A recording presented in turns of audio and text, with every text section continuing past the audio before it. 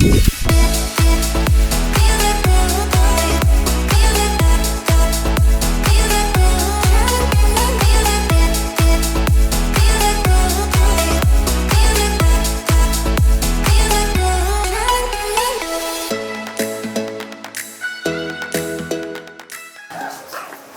Quy Nhơn là vùng biển thì mình phải ăn hải sản, và Vinh đã ăn qua nhà hàng rồi thì Vinh thấy ngon quá nên Vinh quyết định quay trở lại và quay cho mọi người xem. Ngày hôm nay mình sẽ ăn những món hải sản rất là thượng hạng, bao gồm bào ngư nè, cua hình đế nè, rồi tôm bổ và món bánh xèo tôm nhảy đặc sản của Quy Nhơn nữa. Chắc chắn sẽ rất là hấp dẫn. Giờ vô đi chợ. Còn ốc hương là bự chả. Mình đang đi chợ nè. Đây nhà hàng có con tôm bổ đúng không em? Cầm được không?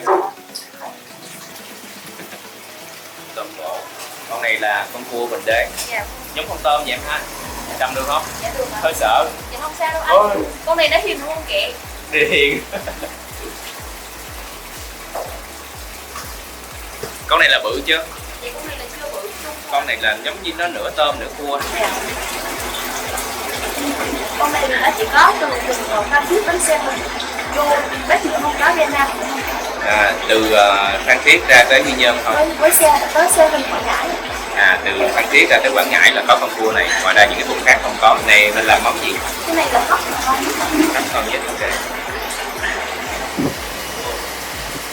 Gỏi đóng nho nè. Gỏi đóng nho này mọi người đừng có trộn lên, sẽ để cái rau chỉ cần gắp lên ăn thôi.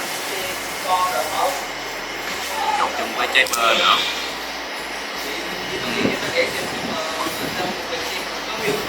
Ăn rất là healthy nha. Này không có thịt. Salad này. Nãy bên kia cũng có một lít. Cái này mình ăn rau không? Rau nho ăn chung với bơ rất là tốt cho sức khỏe. Sau đó mình ăn hải sản sau. Chứ không có kêu thêm thịt vô trộn chung vô đây. Nếu bạn thích thì bạn có thể kêu món salad này rau nho, trái bơ hay là thịt bò. Nhưng bên này họ ăn thịt rau không, thì họ ăn chung với những món hải sản khác.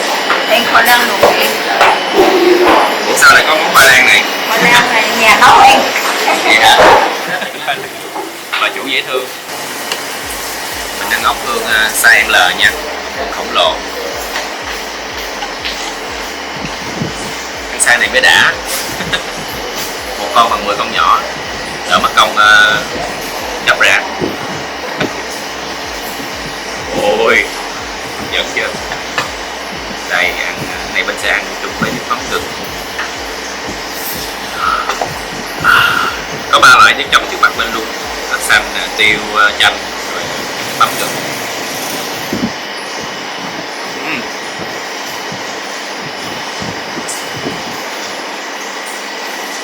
Ngon lắm, mọi người đừng ghen tị với mình nha.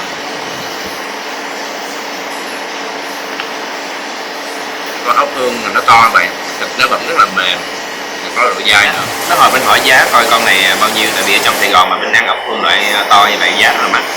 Để xem ngay tại Quy Nhơn thì giá của một con ốc hương thì sẽ là bao nhiêu. Mình còn ăn thì tất nhiên rồi, ngon lắm luôn á. Mọi người tham khảo giá thêm nha. Ốc hương loại lớn này ở Quy Nhơn là 750.000 một ký, mà còn nhỏ hơn thì khoảng 600.000. Nghĩ là chắc là sẽ rẻ hơn ở trong Sài Gòn mà. Quán thôi ăn đánh đặc sản rồi. Vâng em. Chưa tặng rồi. Cái đuôi của ốc hương người ta nói là đừng có bỏ, rồi mình thấy ăn một phải không? Còn ốc là mình ăn ốc là phải cái thịt nó to, nhai mới đã, chứ ăn nhỏ ăn rồi không biết như nào mới no. Một ngày mình có thêm chai bia cái bên, đúng kiểu nhậu, ngon quá, rất là ngọt.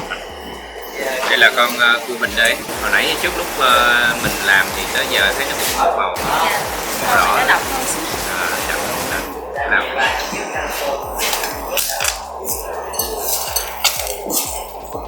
cái con này hình như cái phần thịt của nó nằm ở trong cái đầu hết. Wow.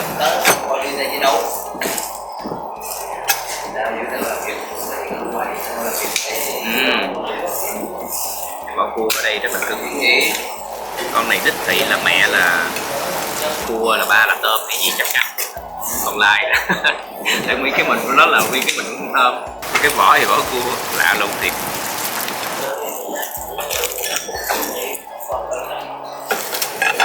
Cảm ơn em. Nhìn hấp dẫn quá luôn đúng không? Chấm cái sốt thịt rất là nhiều nha. Mình nghĩ cũng là dòng họ nhà cua thôi, mà có vẻ là cái thịt này nó dai hơn, ngọt. Mọi người nhìn kỹ cái thịt của con cua hình đế này nè, mình cảm giác nó có cái độ trong, giống như là tôm hùm vậy đó. Cho nên nãy mình mới nói cái ý là con này là lai giữa tôm hùm với lại là cua. Khi mình ăn vào mình thấy cái thịt của nó sao mà nó giòn tưng, rồi nó lại chắc thịt và ngọt thịt nữa. Chính vì cái thịt mà quá tươi quá ngon như vậy, mình nghĩ mọi người chỉ cần luộc lên mình có thể ăn ngon lành rồi. Nếu mình ăn đậm chút xíu thì mình chấm thêm chút xíu muối ớt xanh này, lạ quá. Mình thích cái phần trong của nó, ngon ghê luôn á.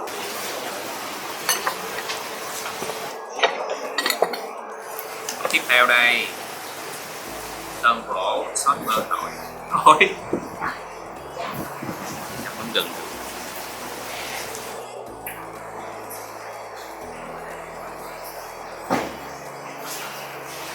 Mình là thằng tôm rồi, cho nên ăn món tôm nào mình cũng thích. Riêng cái con này ăn thì mình nghĩ là cái kích cỡ nó cỡ này thôi, bằng con tôm càng xanh, mà cái thịt của nó thì mình ăn y như là hình ăn con tôm hùm mà bự đó. Thịt nó dai và chắc vậy luôn, nhỏ có vỏ. Nếu các bạn ăn tôm hùm thì ăn con này cũng tương tự như vậy, không cần kêu con tôm hùm quá bự. Tập trước thì mình giới thiệu với mọi người những đồ ăn ở trung tâm thành phố, còn hiện giờ thì mình đang ngồi ở quán heo gió. Để mọi người đi heo gió thì có nghe quán này ăn ngon cực kỳ luôn. Cái bột này mỏng lắm, cái bánh xào đây mình thích là điểm nhìn thấy con tôm không, mà còn cái bột như rất ít nhưng mà rất là giòn, nguyên ngát. Các bạn biết đây là món gì không? Con này là sứa nha, nhìn giống như là jelly vậy đó. Còn mình mê món này luôn, món bún sứa. Mình có thể gọi là lẩu luôn đi, tại vì thấy đem cái nồi này lên. Đây là nước sốt. Ôi, ngon lắm. Thành phần nước súp này rất là hấp dẫn. Trong này có tôm, gạch cua và thịt heo. Rồi khi mình ăn như thế này, sẽ lấy những cái đồ ở trong cái mâm, xếp đẹp đẽ ở đây. Đây sữa, đây bún thôi. Rồi hành và các thể loại rau. Đây có hành phi cũng quá ngon, giòn và thơm. Rồi. Sau đó mình sẽ chế vào nha.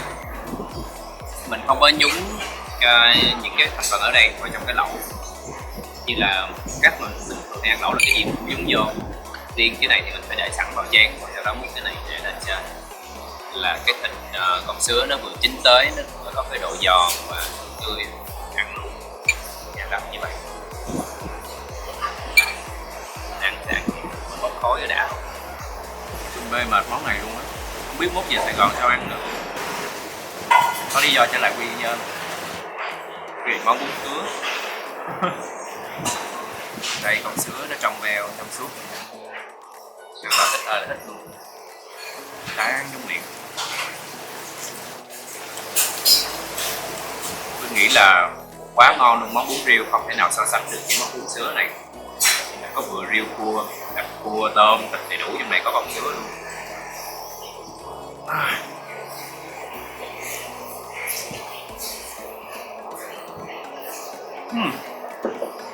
Giờ tổng thiệt hại của bên ngày hôm nay 1.880.000 tất cả các món.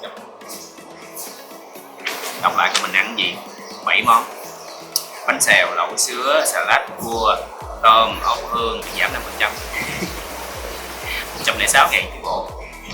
Mình thấy cái giá này hoàn toàn hợp lý, bởi vì đồ ăn ngày hôm nay mình ăn đồ chất lượng không à. Mình ăn top đúng không? Đồ ăn ngon. ngon tươi mà giá này là quá hợp lý luôn. Và thực sự cái không gian quán ngày hôm nay mình rất là thích, cảm thấy rất là thoải mái. Mình ăn hải sản giống như hôm nay một tay luôn ở trong nhà hàng thì mình đâu có làm được gì kỳ. Đồ ăn thì mình nghĩ cũng chỗ nào cũng có cái ngon riêng thôi, cho nên là đi ra biển và đi Quy Nhơn lần này thì mình rất là vui vì mình đã khám phá một nhà hàng ngon như vậy ở đây và giới thiệu tất cả các bạn. Các bạn nếu mà biết món ngon nào ở đâu thì nhớ chỉ cho mình nữa nha. Cảm ơn chương trình và nhớ comment cho mình biết và share clip này nữa nha. Hẹn gặp lại các bạn ở lần sau.